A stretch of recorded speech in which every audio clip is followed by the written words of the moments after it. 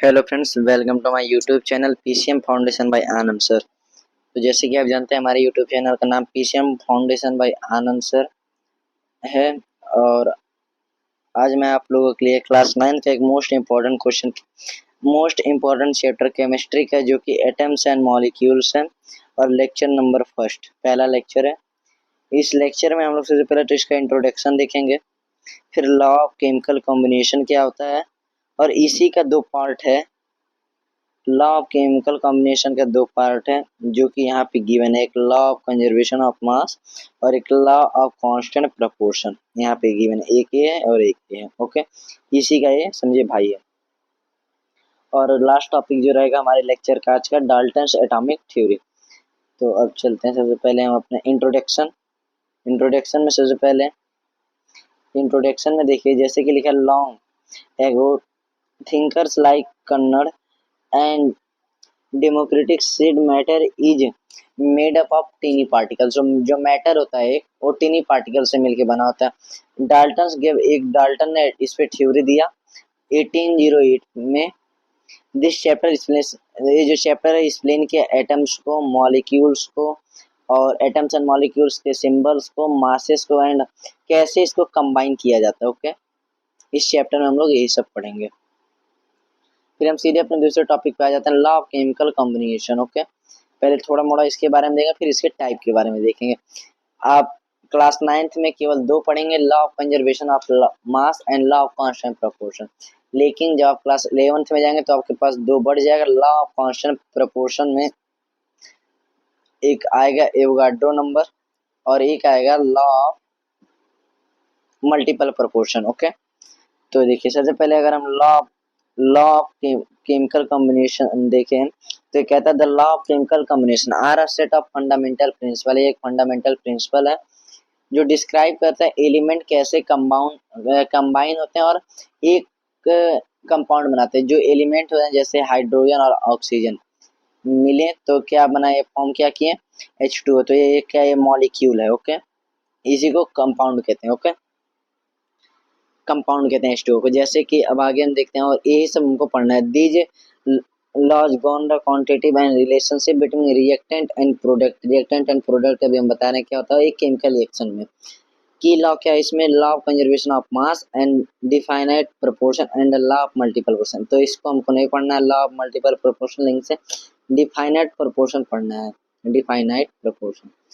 तो देखिए law of conservation of mass, law of conservation of mass and law of constant proportion. Okay, कुछ इसको एक page के माध्यम से बताने का प्रयास किया गया इसमें। जैसे कि law of conservation of mass में इसको बनाए थे एंटोनी लेविसर, जो कि 1704 में, और लॉ ऑफ डिफाइनाइट प्रोपोर्शन है लॉ ऑफ कांस्टेंट प्रोपोर्शन, ये लुइस ब्रूस्टर बताए थे 1799 में। इनके law of conservation of mass में कहा जाता है ना मास जो होगा ना क्रिएट होगा ना डिस्ट्रॉय होगा ये केमिकल रिएक्शन में। ओके, वही चीज लिखा है, for any chemical process in a close system the mass of reactant must be equal to the mass of product. A chemical compound always consists of same element and combined together same ratio। इसी को definite proportion कहते हैं, constant proportion कहते हैं। जैसे इसमें देखिए जो C+O2 है इसको कहेंगे हम रिएक्टेंट, और जो CO2 बना है हमारा क्या है, प्रोडक्ट बन के निकला है, प्रोडक्ट। ओके, समझ में आ गया रिएक्टेंट और प्रोडक्ट।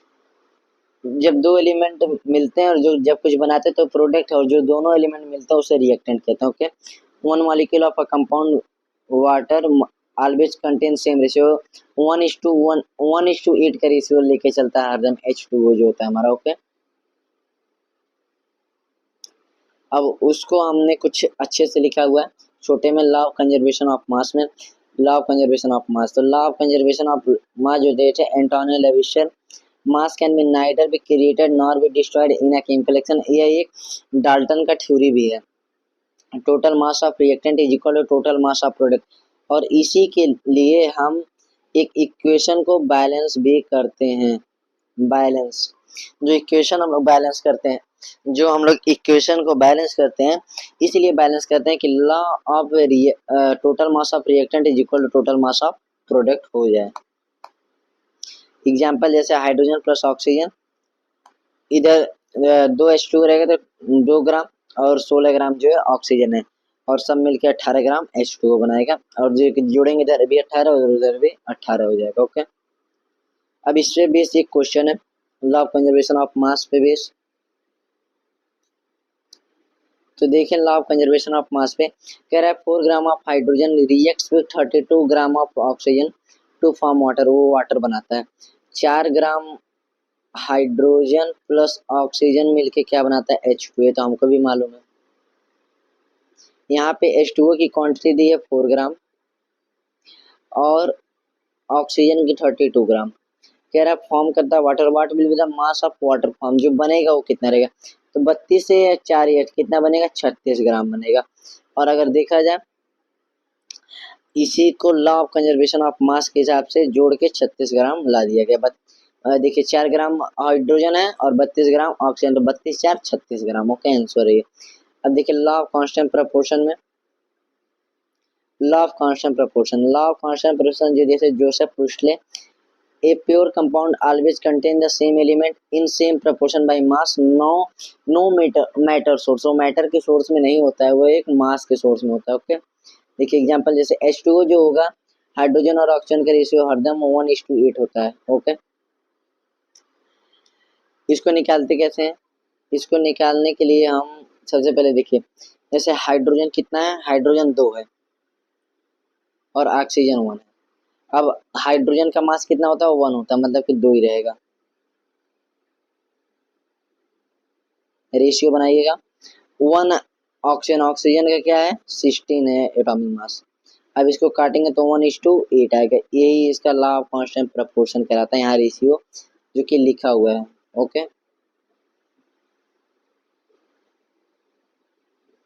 अब हम लोग आगे चलते हैं, इस पे भी एक बेस क्वेश्चन है, जैसे कि दिया हुआ लॉ ऑफ कांस्टेंट प्रपोर्शन पे क्वेश्चन है। 2 सैंपल है कार्बन डाइऑक्साइड को टेक किया गया। सैंपल पहला जो है 12 gram of carbon, 32 gram of oxygen, बनेगा क्या CO2, इस साइन गलत है, ऐसे रहता है, CO2 बनेगा, O2 होता है यहाँ पे। तो 12 ग्राम A है और 32 ग्राम A है, तो कितना हो जाएगा, इसका रेशियो निकाल देगा डायरेक्ट 3:8।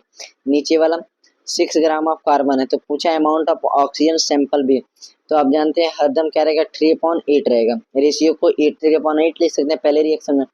दूसरे में बी में द सैंपल केवल कार्बन का 6 दिया, तो 6 रख दीजिए नीचे, अपॉन हाइड्रोजन का क्या मान लेते हैं हम लोग x, इसको 6 काटेंगे तो 8 × 16, तो x की वैल्यू 16 आ जाएगी, यही हमारी आंसर है।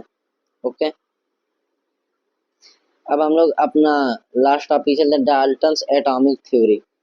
ओके, डाल्टन्स एटॉमिक थ्योरी क्या होता है, सबसे पहले अगर हम देखें डाल्टन्स एटॉमिक थ्योरी में, तो ये डाल्टन साहब की फोटो है, यहाँ पे जोसेफ प्रूस्टले की फोटो लगी हुई है, यहाँ देखिए ये जोसेफ प्रूस्टले जी की फोटो यहाँ पे लगी हुई है। ओके,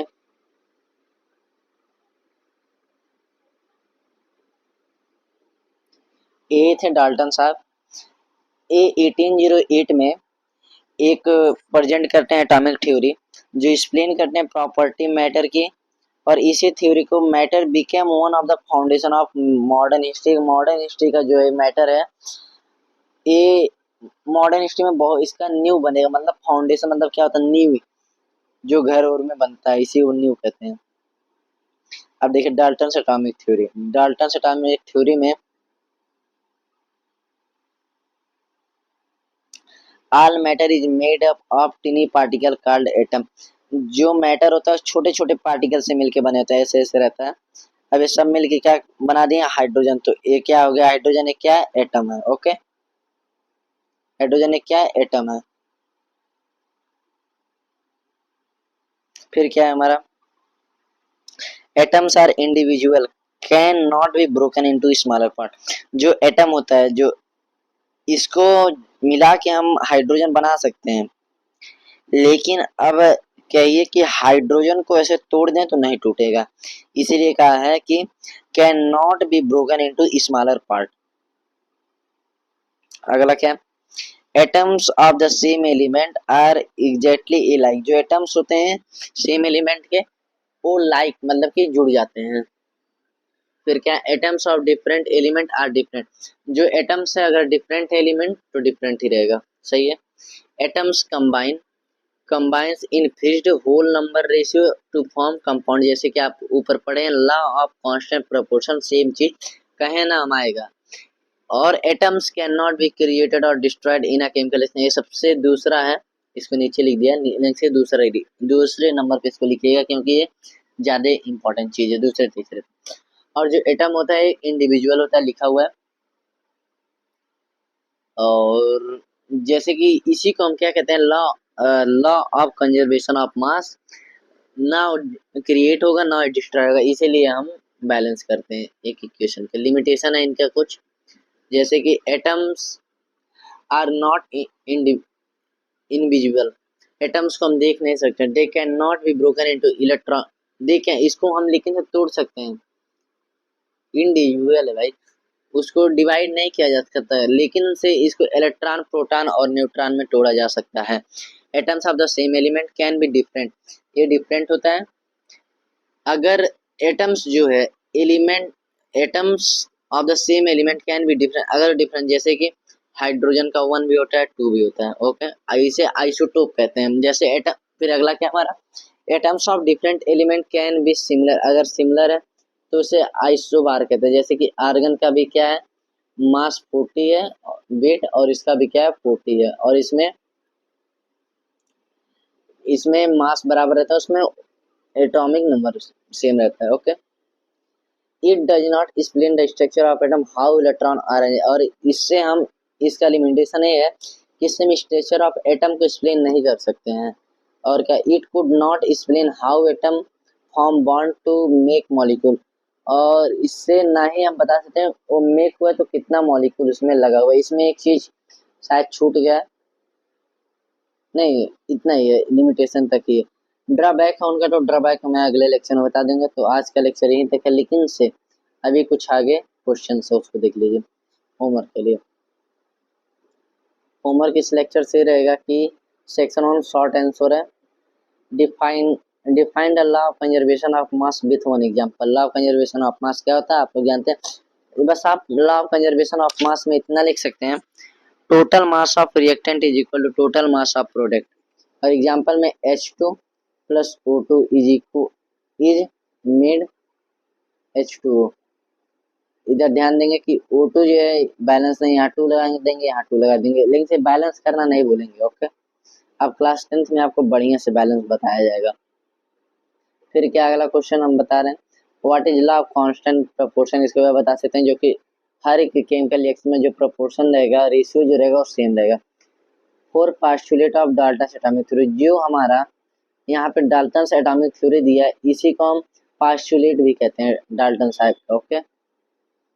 6 है, कुल 6 हम बताएं, इसमें से आपको 4 लिखना है। Write two limitation of Dalton atomic theory का 2 लिमिटेशन जो हमने बताया आपको ऊपर, उसको लिखना। Who gave the law of conservation, law of constant proportion कौन दिया था। अब हम चलते हैं section B.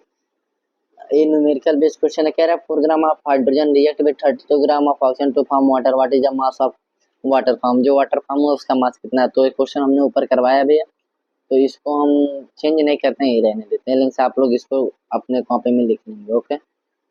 In a sample carbon dioxide 12 gram of carbon dioxide is combined with 32 gram of oxygen. In other sample 3 gram of carbon dioxide is present. How much oxygen is needed so that the ratio remains constant, कितना इसमें sample जो है